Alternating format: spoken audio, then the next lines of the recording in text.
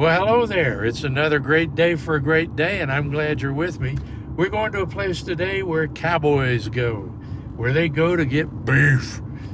Yeah, we're going to another steakhouse. This one started in Atlanta, and rumor has it that the original location had 8-foot doors, so cowboys that wore 10-gallon hats could walk right through the door without removing their hat.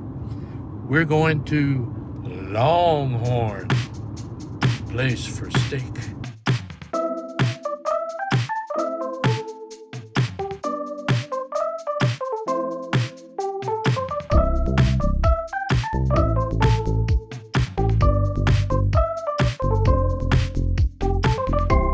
Mark's gotta eat. All right. Well, here we are. Looking forward to this. I'm kind of hungry. Check out all the little longhorns up on the wall, on the chimney. On the chimney, there's even a longhorn. All right, here we are. Check it out. I see some longhorns and cowboy heads. Look at that cowboy. Man, oh man. That's the real deal right there. All right, table for two, me and you. Ah, that feels good. Long day. Have you had a long day today? I'll tell you one thing, I'm glad I spent my day mostly inside. It's hot, hot, hot. Let's see what they got that looks good here. Ooh. All right, you got to take a look at all their offerings here. I don't know if you can see this or not, but there's some mighty, mighty good stuff. I'm partial to the porterhouse and the ribeyes, but the porterhouse I love because it's got the filet on one side and the strip on the other. And we've had that at the other steakhouses we've been to. I want to see how this one stacks up. I think it'll be pretty good. It usually is. Actually, yeah, I know what I want. I'm going to get the porterhouse. Is that, you call it the Longhorn now? Is that the? Yes, sir. Okay, so medium rare. Yes, sir. So Red center, a little bit of pink. a little bit of pink, yeah, is okay. And then a baked potato with butter and sour cream on the side. Yes, sir. And a salad with blue cheese dressing on the side. Yes, sir. And that ought to do it. I'm curious, how many of you eat your steak well done versus medium or medium rare, or rare? We'll put a poll up and you can vote and tell us. And by the way, thank you to the new subscribers. Welcome aboard. We're over 600 now, still trying to get to 1,000, so tell a friend. We appreciate the support. This is their bread, and it is warm. And I should point out, this episode tonight is brought to you by the Bread Council. Eat more bread before you're dead. Now back to the eating. Wow, that was quick. Thank you. Yes, sir. No problem. I brought you some cinnamon sugar. Oh, that's perfect. Thank you very much. All right. Yum, cinnamon sugar. Let's cut this open.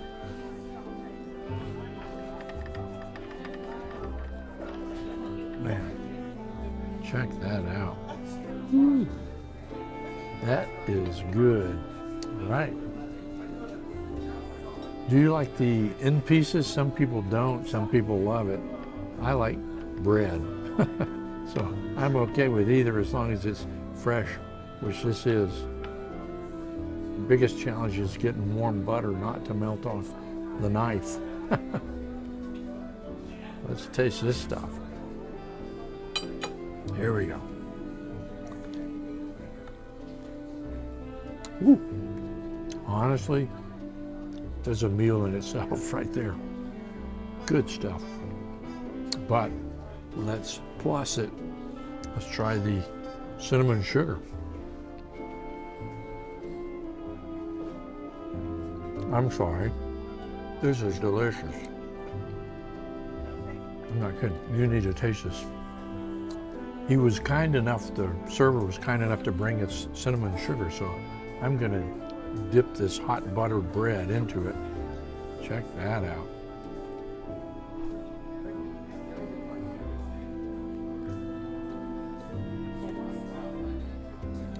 And wow, love it. I'm gonna have to slow down. I want to just eat all the cinnamon sugar. I mean, really, it's good.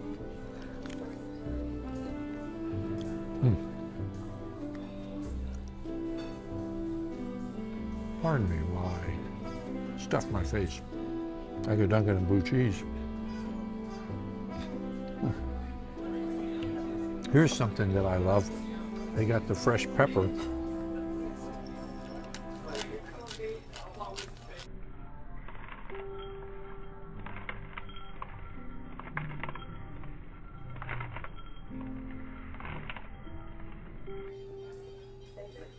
And I'm going some more pepper here.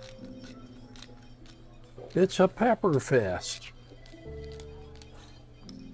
So when you shoot in slow motion, Mr. Producer, can I talk in slow motion? Pepper.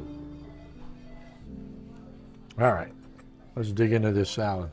Doesn't that look good? Doesn't that look good? Doesn't that look good? Seriously, doesn't that look good? And doesn't that look good? All right, I'm gonna dig into this stuff.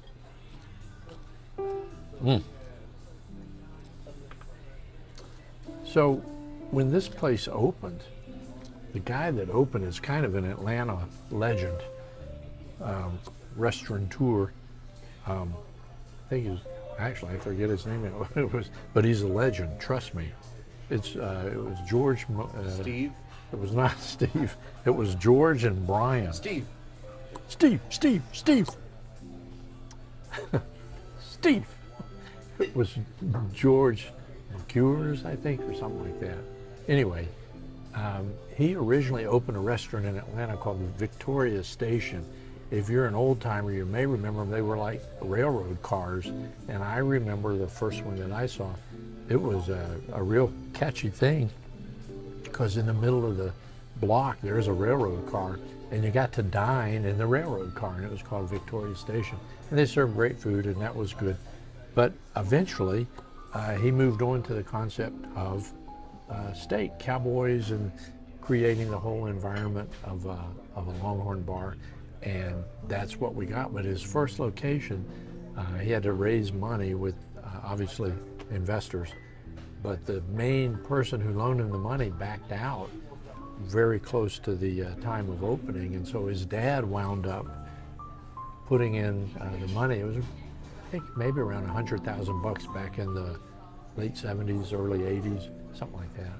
And lo and behold, the dad wound up helping him for about 25 years until his death. But they made it a great restaurant. It's been sold now, and he's moved on to other things. And then in '82, there was a big snowstorm in Atlanta called Snow Jam '82.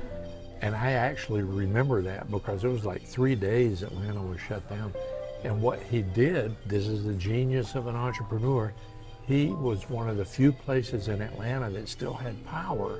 And so he was open, and he offered $1 drinks, and people started coming, and they kept coming all through the week.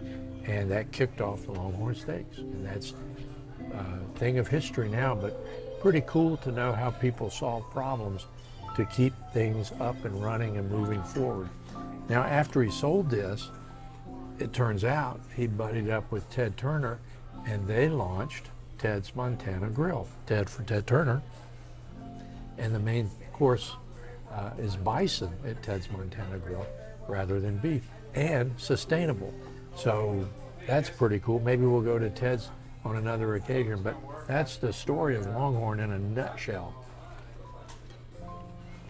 Okay, if this video gets 100 likes, I will take a honey butter breaded roll dunked in cinnamon sugar, and I'll dunk it in blue cheese and eat that. And I'll upload it after we hit 100 likes. There's your challenge. Are you up for it? Am I up for it? Sure. I love salad. I don't remember when I started liking it, but I love all the different things in it. You know, just a surprise is mushrooms and onions and tomatoes and crispy breadcrumbs, or little The onion rings, Durkee's onion rings on the green bean casserole at Thanksgiving. Those aren't here.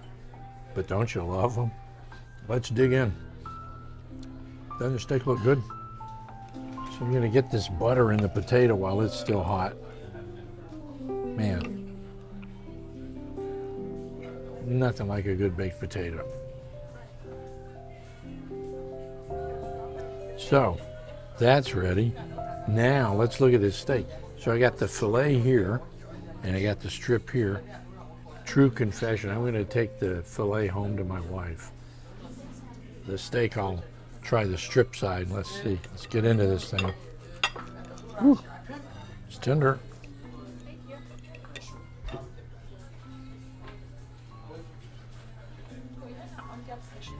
This looks really good.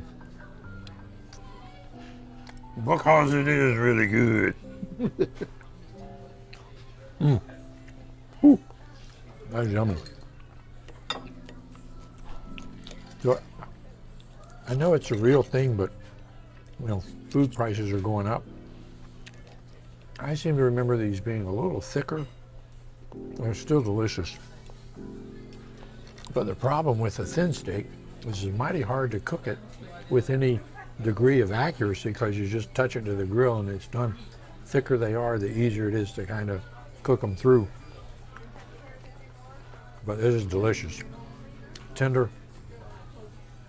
I noticed in Sam's Club the other day, I was looking at beef, and everything they were selling had really good prices, but it was USDA choice instead of USDA prime. So choice is a little cut below the prime, a little bit tougher, but the price is better. So that's how they're keeping their prices, you know, looking good to the consumer. But in reality, it seems like everything's gone up about 25% over the last year and a half. Ironically, my chiropractor says that my lower back is better off with less in my wallet.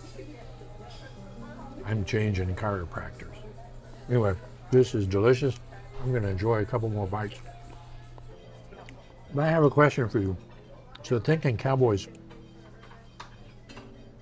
be honest, when you were little, did you want a pony or a horse? Like everybody I knew wanted a horse. Always for Christmas.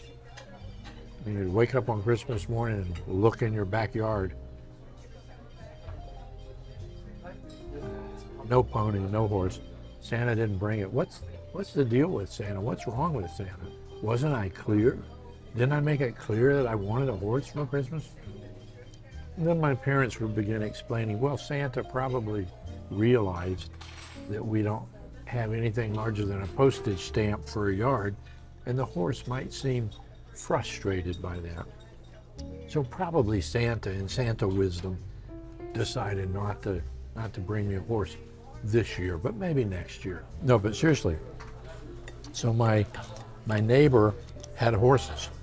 They had a farm actually, and we would go to the farm and ride horses. And it was awesome. There were two of them, and they were named Thunder and Lightning. Well, I think I was probably, I don't know, 12 maybe. So when we got permission to ride Thunder and Lightning, unbeknownst to me at that age, horses don't really get a big kick out of being cinched up underneath with the saddle. So we're walking the horses, trotting them down the paths, when lo and behold, Thunder and Lightning noticed their other friends in the other pasture across the fence and decide to have a race. Off they go, and Thunder and Lightning could go really fast. They tore out, and as we were riding, and I'm thinking, this is unbelievable, I'm gonna die.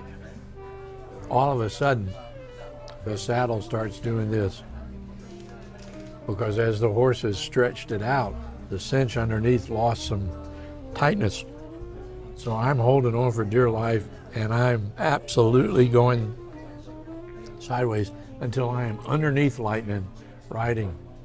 Well, I dropped. I couldn't hold on. And fortunately, I didn't get kicked in the head with a hoof.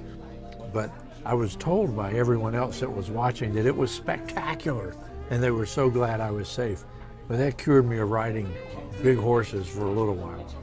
Anyway, did you ever get to ride a horse? I hope your experience was better for you than that was for me. Man. This is good.